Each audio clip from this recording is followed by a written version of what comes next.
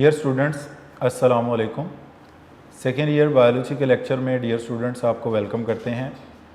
Dear students, previous lecture में हमने Mendel's laws of inheritance को स्टार्ट किया था और इसमें हमने ट्रू ब्रीड प्योर ब्रीड को डिस्कस किया, किस तरह से true breed pure breed reproduce करते हैं। मोनो हाइब्रिड की हमने डेफिनेशन की और मोनो हाइब्रिड किस तरह से बनते हैं इसकी एग्जांपल से आज हम स्टार्ट करेंगे। तो मोनो हाइब्रिड की डेफिनेशन को एक बार पढ़ के फिर हम एग्जांपल की तरफ मूव करते हैं।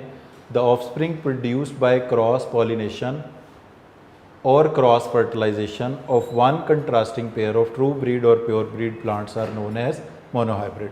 यानी जब हम एक कंट्रास्टिंग पेयर लेंगे, जैसे हाइट ले रहे हैं तो इसमें एक टॉल एक शॉर्ट लेंगे, टॉल भी ट्रू ब्रीड होगा, शॉर्ट भी प्योर ब्रीड होगा, उनकी जो ऑफस्प्रिंग पैदा होगी उसको कहा जाएगा मोनो हाइब्रिड, क्योंकि टॉल और शॉर्ट एक कंट्रास्टिंग पेयर है।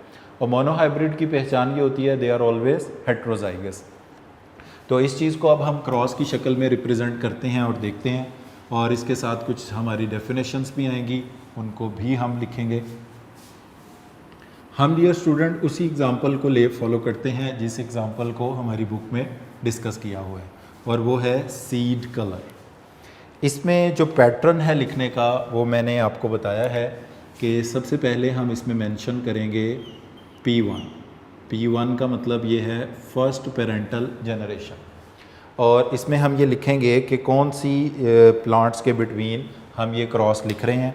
तो हमने यहाँ पर लेने हैं प्योर ब्रीड्स, या अगर आप इसको ट्रू ब्रीड लिख देंगे तो भी ठीक होगा। अब ये जो चीज़ें मैं लिख रहा हूँ बिल्कुल एज सच एक एक चीज़ आपने ऐसे ही लिखनी है, इसमें कोई कमी नहीं होनी चाहिए। इसके बाद आपको बताया था जो चीज़ हम मेंशन करते हैं वो होता है फिनोटाइप। तो अभी आपको जैसे बताया कि हमने मोनो हाइब्रिड बनाना है, तो डेफिनेशन के मुताबिक one contrasting pair of true breed plants हमने लेना है। तो इधर फिनोटाइप में फॉर एग्जांपल हम अगर लिखते हैं टॉल हाइट, तो इसका कंट्रास्टिंग पेयर जो होगा वो होगा शॉर्ट हाइट। तो अब इसमें से एक मेल होना चाहिए, एक फीमेल। फॉर एग्जांपल आप टॉल हाइट वाले के साथ ये सिंबल ले देखते हैं कि ये मेल प्लांट है, और शॉर्ट हाइट वाले के साथ ये सिंबल लिख देते हैं कि ये फीमेल प्लांट है, और क्रॉस। अच्छा, अब ये कैसे आपको पता चलेगा कौन सा टॉल है, मेल है या फीमेल? टॉल हाइट वाले प्लांट का आप कोई एक दो फ्लावर सेलेक्ट कर लें, उसके आप कार्पल्स रिमूव कर दें, स्टेमन पिक कर लें, और स्टेमन से आप उसके एंथर से पोलन ग्रेन्स रिमूव कर लें। तो जिस प्लांट के आप स्टेमन एंथर यूज़ कर रहे हैं, पोलन ग्रेन्स यूज़ कर रहे हैं, वो मेल कंसिडर किया जाएगा। और शॉर्ट हाइट वाला प्लांट जो है, इसके आप कुछ फ्लावर सेलेक्ट कर लें, उसके आप स्टेमन्स रिमूव कर दें और उसके कार्पल्स को यूज़ करें। इधर से पोलन ग्रेन्स लेके इस शॉर्ट हाइट वाले प्लांट के कार्पल के स्टिग्मा पर ट्रांसफ़र कर दें। अब ये टॉल हाइट वाला प्लांट अलग है, शॉर्ट हाइट वाला प्लांट अलग है। ये जो पॉलिनेशन फर्टिलाइजेशन होगी ये क्रॉस होगी। अच्छा, फिर आपने फिनोटाइप के बाद इनका मेंशन करना होता है जीनोटाइप। जीनोटाइप कहते हैं कॉम्बिनेशन ऑफ जीन पेयर्स को फॉर अ पर्टिकुलर ट्रेट। अब क्या जीनोटाइप होगा? आप ऊपर मेंशन कर चुके हैं कि ये ट्रू ब्रीड प्योर ब्रीड्स हैं। तो आपको पिछले लेक्चर में बताया था कि ट्रू ब्रीड प्योर ब्रीड हमेशा होमोजाइगस होते हैं। तो टॉल के लिए आप इसमें लिखोगे कैपिटल टी, और शॉर्ट के लिए आप इसमें लिखोगे स्मॉल टी, क्योंकि ये जो शॉर्ट हाइट वाला प्लांट है, अगर ये सेल्फ पॉलिनेशन करता तो ये सारे शॉर्ट हाइट वाले प्लांट पैदा करता। टॉल हाइट वाला सेल्फ पॉलिनेशन करता तो सारे टॉल हाइट वाले पैदा करता। मगर यहाँ पे टॉल और शॉर्ट के बिटवीन हो रही है cross pollination, cross fertilization. Gametes लिखने, जीनोटाइप लिखने के बाद आपने इनके मेंशन करने हैं गैमीट्स, और गैमीट्स बनते हैं मियोसिस से, जो कि हैप्लॉइड होते हैं। यानी दो अलील में से गैमीट में सिर्फ एक आएगा, और यही लॉ ऑफ सेग्रीगेशन है।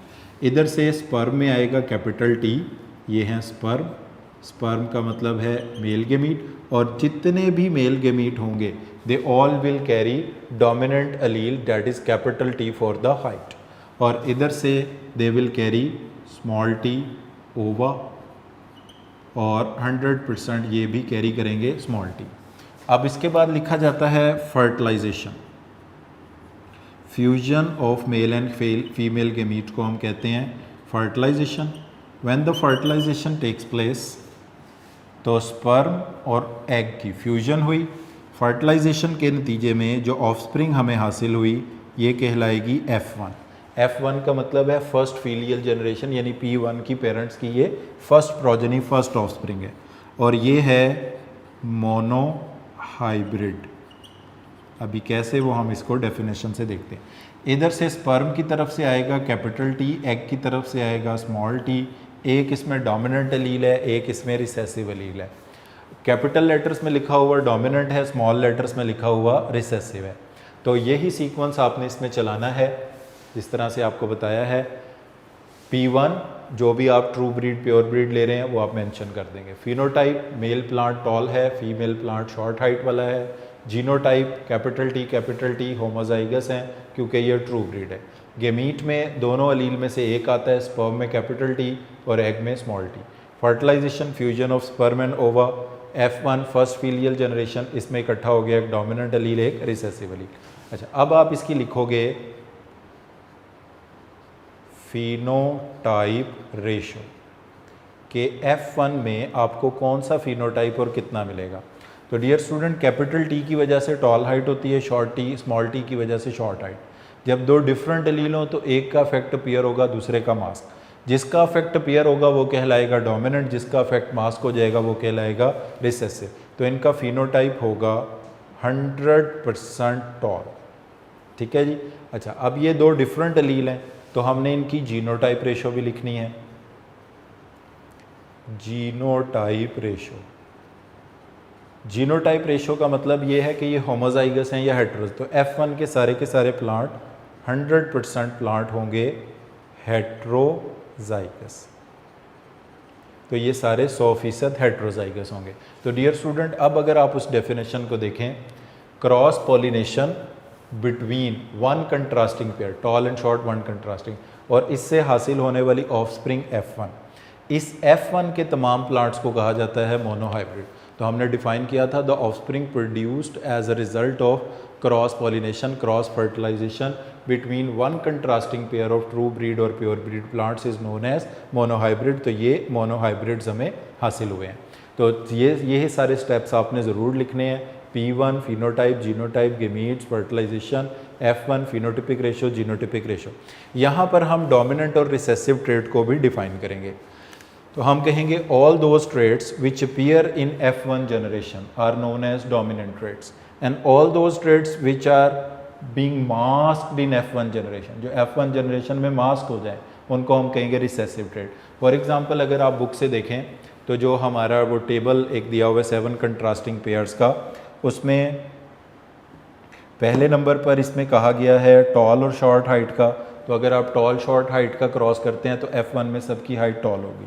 अगर आप पर्पल और वाइट फ्लावर का क्रॉस करते हैं तो F1 में सारे पर्पल फ्लावर होंगे, तो पर्पल डोमिनेंट हुए और वाइट। तो मेंडल ने ये काम 7 के 7 कंट्रास्टिंग पेयर्स ऑफ ट्रेट्स के लिए किया।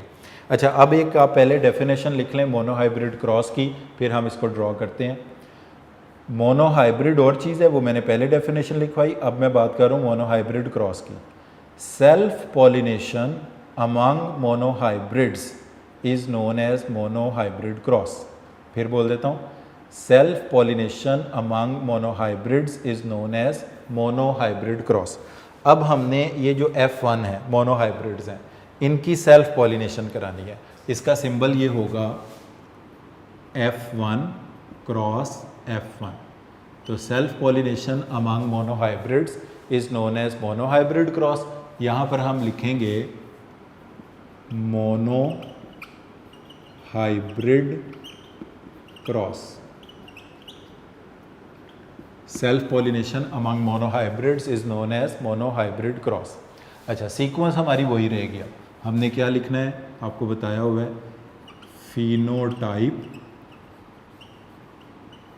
उसके बाद हमने लिखना है जीनोटाइप, इसके बाद हमने लिखने हैं गेमीट्स। अब इनको लिख लें फिर आगे चलते हैं। तो अब हमारे पास सब कुछ F1 से हमने लेना है, फिनोटाइप F1 का, जीनोटाइप F1 का, और ये सेल्फ पॉलिनेशन हो रही है। मोनोहाइब्रिड क्रॉस कहते हैं सेल्फ पॉलिनेशन अमंग मोनोहाइब्रिड्स। ये ये जो क्रॉस हमने किया है ये क्रॉस पॉलिनेशन है, वो सेल्फ पॉलिनेशन है। तो फिनोटाइप F1 का क्या है, टॉल। अब इसमें मेल वो भी टॉल, और वही प्लांट यूज़ हो रहा है, वही फीमेल है, तो फीमेल भी टॉल। उसकी वजह ये मैं फिर बता रहा हूँ आपको कि ये सेल्फ पॉलिनेशन है, वो एक ही प्लांट है F1 का और वो टॉल है। मेल भी टॉल फीमेल भी टॉल लिखेंगे तो लहदा बट प्लांट वो एक ही है। अब जीनोटाइप, हमें कैसे पता चलेगा इसका जीनोटाइप क्या है? अभी जब आपको मोनोहाइब्रिड को डिफाइन किया था तो उसमें बताया था मोनोहाइब्रिड्स आर ऑलवेज हेट्रोजाइगस। तो ये होगा कैपिटल टी स्मॉल टी, ये भी क्या होगा capital T small T, they are always heterozygous. अब जब गेमीट बनते हैं तो गेमीट में दो अलील में से एक आता है according to the law of segregation. जब मियोसिस के ज़रिए गेमीट बनते हैं तो दोनों अलील में से कोई एक अलील गेमीट में जाता है। तो कैपिटल टी स्मॉल टी में से कैपिटल टी कितने परसेंट जा सकता है? 1/2, 50% चांस है। स्मॉल टी कितना? वो भी 1/2, 50% जा सकता है। और ये हैं मेल गेमीट्स, तो स्पर्म। अच्छा, इधर एग के अंदर ऐसे एग जिनके पास डोमिनेंट अलील हो 50% चांस है, ऐसे एग जिनके पास रिसेसिव अलील हो 50% चांस है, ये हो गए ओवा। अच्छा, अब ये 1/2 भी लिख सकते हो आप, 50% भी लिख सकते हो, एक ही बात है। यानी अगर फॉर एग्जांपल 100 स्पर्म है तो 50 प्रोबेबली डोमिनेंट अलील वाले कैपिटल टी वाले होंगे और 50 रिसेसिव। इसी तरह एग भी जो 50% डोमिनेंट अलील वाले, 50% रिसेसिव। अब इनकी हमने करनी है फर्टिलाइजेशन, मुमकिना फर्टिलाइजेशन हमने इनकी चेक करनी है, फर्टिलाइजेशन। अच्छा, जब गेमीट एक से ज़्यादा हो जाए तो हम उसके लिए एक स्क्वायर, एक बॉक्स बना के इसको चेक कर सकते हैं, उसको कहते हैं पुनेट स्क्वायर। पुनेट उस साइंटिस्ट के नेम से इसको नेम दिया गया है जिसने ये तरीका बताया था। अब हमारे पास दो किस्म के मेल, दो किस्म के फीमेल गेमीट हैं, तो इस चार्ट में हमें 2 रोज़ और 2 कॉलम रिक्वायर होंगे। अब इसकी एक साइड को हम यूज़ कर लेंगे मेल गेमीट्स के लिए और दूसरी साइड को हम यूज़ कर लेंगे फीमेल गेमीट्स के लिए। यहाँ पर हम सिंबल लिख लेते हैं मेल का, यहाँ सिंबल लिख लेते हैं फीमेल का। अब क्योंकि ये दोनों गेमीट सेम है इसलिए कोई फ़र्क नहीं पड़ता, अदरवाइज़ जो मेल गेमीट हो आपने प्रिसाइजली देख के वो वहाँ लिखने। अब ये मेल गेमीट्स हैं, तो अब ये इन मेल गेमीट्स में डोमिनेंट कैपिटल टी वाला, रिसेसिव स्मॉल टी वाला, इधर एग में कैपिटल टी वाला, स्मॉल टी वाला। अच्छा, अब जब स्पर्म और एग की फ्यूजन फर्टिलाइजेशन होगी तो पॉसिबल है कि ये स्पर्म इस एग से मिल जाए, कैपिटल टी इकट्ठा हो जाएगा इधर। ये भी हो सकता है कि ये स्पर्म इस एग से मिल जाए तो कैपिटल टी स्मॉल टी हो जाएगा। ये मुमकिन है इससे मिल जाए तो कैपिटल टी स्मॉल टी हो जाएगा। ये मुमकिन है इससे मिल जाए तो स्मॉल टी हो। ये 4 पॉसिबिलिटीज़ हैं, इनके अलावा कोई पॉसिबिलिटी नहीं है। अब इसकी हाइट कैसी होगी? इसकी हाइट होगी टॉल, इसकी हाइट भी होगी टॉल, इसकी हाइट कैसी होगी? टॉल, इसकी हाइट कैसी होगी? शॉर्ट। तो डियर स्टूडेंट्स, ये जो चार्ट के अंदर हमारे पास 4 मुमकिना कॉम्बिनेशन बने हैं, ये हैं F2। F2 का मतलब है second filial generation, second offspring. P1 first parental generation, P1 से मिलेगी F1, F1 क्रॉस F1 से आपको मिलेगी F2। अच्छा, अब आपने इनकी लिखनी है फिनोटाइप और जीनोटाइप रेशो। पहले आप इसकी लिखोगे फिनोटाइप रेशो। जब आप फिनोटाइप रेशो की बात करते हो तो आपके पास 2 फिनोटाइप हैं, एक आपके पास टॉल फिनोटाइप है और दूसरा है शॉर्ट। तो 4 में से कितने टॉल है? 1 2 3, 4 टॉल। तो आप इसको लिख दोगे 3/4। शॉर्ट कितने हैं? 1/4। तो टॉल की रेशो है 3/4, शॉर्ट की रेशो है 1/4। अगर आप इसको सिंप्लीफाई कर दो तो ये रेशो बनती है 3:1। यानी जो भी डोमिनेंट ट्रेट आपने ली होगी उसके कितने इंडिविजुअल्स होंगे? 4 में से 3। रिसेसिव के कितने होंगे? 4 में से 1। अगर आप इसकी परसेंटेज बनाना चाहो तो 3 का मतलब है 75%, 1 का मतलब है 25%। यानी 75% डोमिनेंट कैरेक्टर अपीयर होगा, 75% डोमिनेंट कैरेक्टर और 25% रिसेसिव कैरेक्टर अपीयर होगा। तो ये डियर स्टूडेंट्स आपने इनकी लिख दी फिनोटाइप रेशो। अब हम लिखेंगे इनकी जीनोटाइप रेशो। जीनोटाइप रेशो तो जब हम जीनोटाइप की बात करते हैं तो जीनोटाइप तो होता है होमोजाइगस हेट्रोजाइगस। अब होमोजाइगस टॉल भी हो सकता है, शॉर्ट भी, हेट्रोजाइगस तो टॉल ही होगा। तो हम यहाँ पर लिख रहे हैं होमोजाइगस हो, ये मैं शॉर्ट फॉर्म यूज़ कर रहा हूँ, और टॉल हो। रेशो इसकी हेट्रोजाइगस हो और टॉल हो, होमोजाइगस और शॉर्ट हो। अच्छा, अब हम इसको देखेंगे कि होमोजाइगस टॉल कितने हैं। इन सब में से सिर्फ ये होमोजाइगस और टॉल है, तो इसको आप लिख दोगे 1/4, 1/4। हेट्रोजाइगस टॉल कितने हैं? 1, 2 हैं। आप इसको 1/2 भी लिख सकते हो, 2/4 भी लिख सकते हो। और शॉर्ट को आप लिखोगे 1/4। जब आप इसको सिंप्लीफाई करोगे तो मैं ये यहाँ लिख देता हूँ, ये रेशो ये बनेगी 1:2:1। ठीक है जी। तो जीनोटिपिक रेशो आएगी 1:2:1, फिनोटिपिक रेशो आएगी 3:1। तो डियर स्टूडेंट, ये एक मुकम्मल हमने टॉपिक लिखा है लॉ ऑफ सेग्रीगेशन का, जिसको लिखने का ये परफेक्ट तरीका है, बेहतरीन तरीका है। इसको आप एज अ टेम्पलेट नोट कर लें। उसके बाद आप इसको किसी भी कंट्रास्टिंग पेयर ऑफ ट्रेड के ऊपर अप्लाई कर सकते हैं। फॉर एग्जांपल, आप जब राउंड रिंकल्ड के लिए करेंगे तो यहाँ पर आप राउंड सीड, रिंकल्ड सीड लिख देंगे। सिंबल उसके लिए राउंड के लिए कैपिटल आर, रिंकल्ड के लिए स्मॉल आर कर लेंगे। इसी तरह स्पर्म एग बनेंगे, F1 में सारे राउंड होंगे क्योंकि राउंड डोमिनेंट है। फिनोटिपिक रेशो जी, फिर आप F1 क्रॉस F1 से F2 करोगे तो 3:1 रेशो आएगी राउंड रिंकल्ड की, 1:2:1 आएगी जीनोटिपिक रेशो।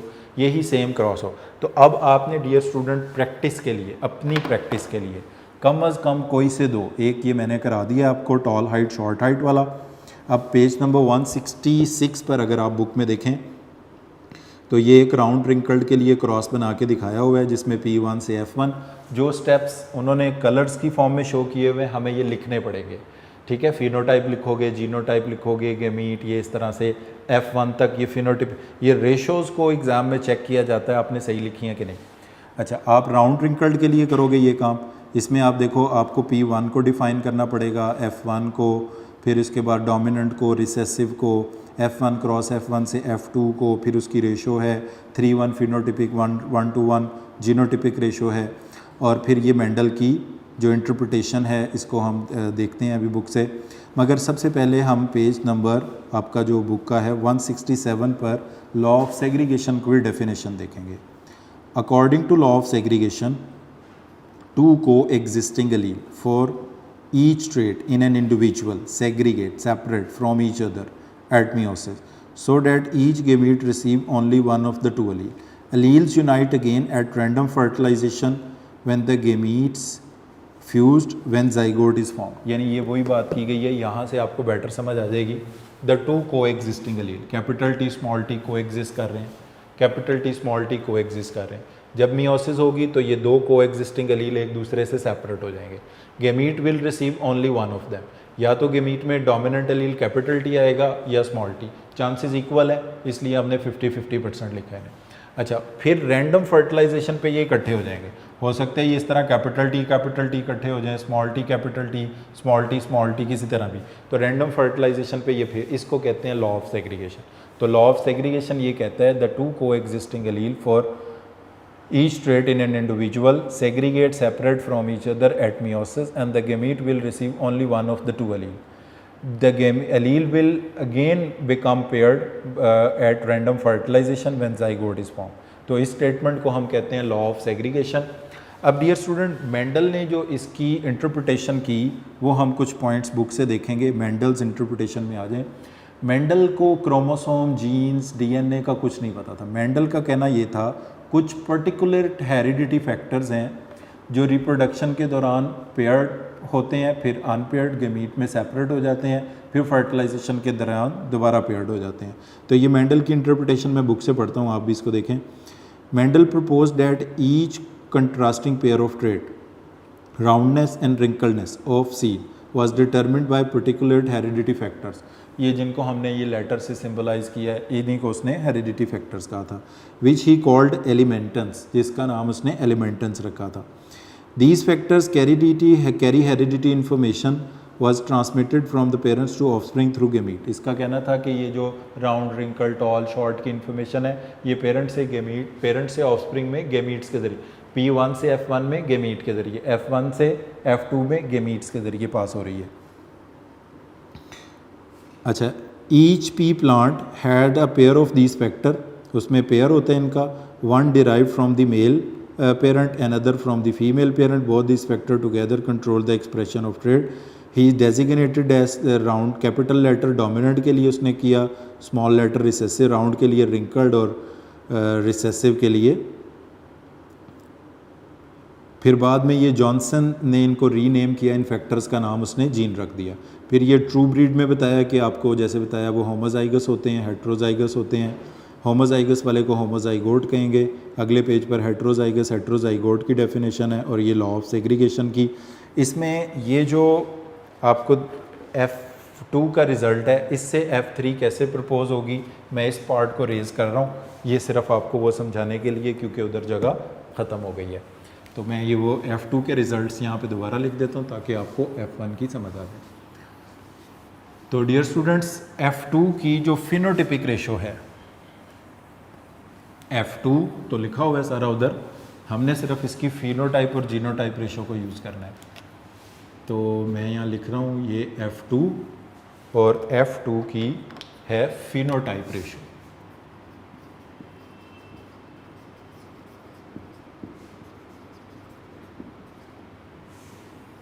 F1 में ये जो हमने क्रॉस किया है टॉल, हाइट की रेशो है शॉर्ट के साथ, तो 3/4 टॉल थे और 1/4 शॉर्ट थे। जब हमने सिंप्लीफाई किया तो ये 3:1 बनी। ठीक है, F2 की ही जीनोटाइप रेशो को लिख रहे हैं हम। इसमें होमोजाइगस हों और टॉल हों, हेट्रोजाइगस हों और टॉल हों, होमोजाइगस हों और शॉर्ट हों। यही हमारे पास 4 फीचर्स उधर नज़र आए थे। ये होते हैं 1/4, ये होते हैं 2/4 और ये होते हैं 1/4। जब आप इसको सिंप्लीफाई करोगे तो ये बनेगी 1:2:1। इस 1 का मतलब है 25%, इस 2 का मतलब है 50%, इस 1 का मतलब है 25%। अच्छा, ये डियर स्टूडेंट सब कुछ था F1 के लिए। अगर आप इससे ऑब्टेन करोगे F3, अगर आप इससे F3 हासिल करते हो तो ये वाले जो होमोजाइगस टॉल प्लांट हैं, अगर ये F3 प्रोड्यूस करें तो ये प्रोड्यूस करेंगे 100% टॉल अपॉन सेल्फ पॉलिनेशन। इसका मतलब ये हुआ कि ये किन की तरह के हैं, ये P1 के टॉल प्लांट्स की तरह के हैं। अच्छा, ये अगर सेल्फ पॉलिनेशन करें तो ये 3:1 रेशो में पैदा करेंगे और 3:1 रेशो में जो पैदा करते हैं वो होते हैं F1 मोनोहाइब्रिड्स। और ये वाले जो हैं ये जब सेल्फ पॉलिनेशन करेंगे तो 100% शॉर्ट पैदा करेंगे। ये भी किन की तरह के हैं, P1।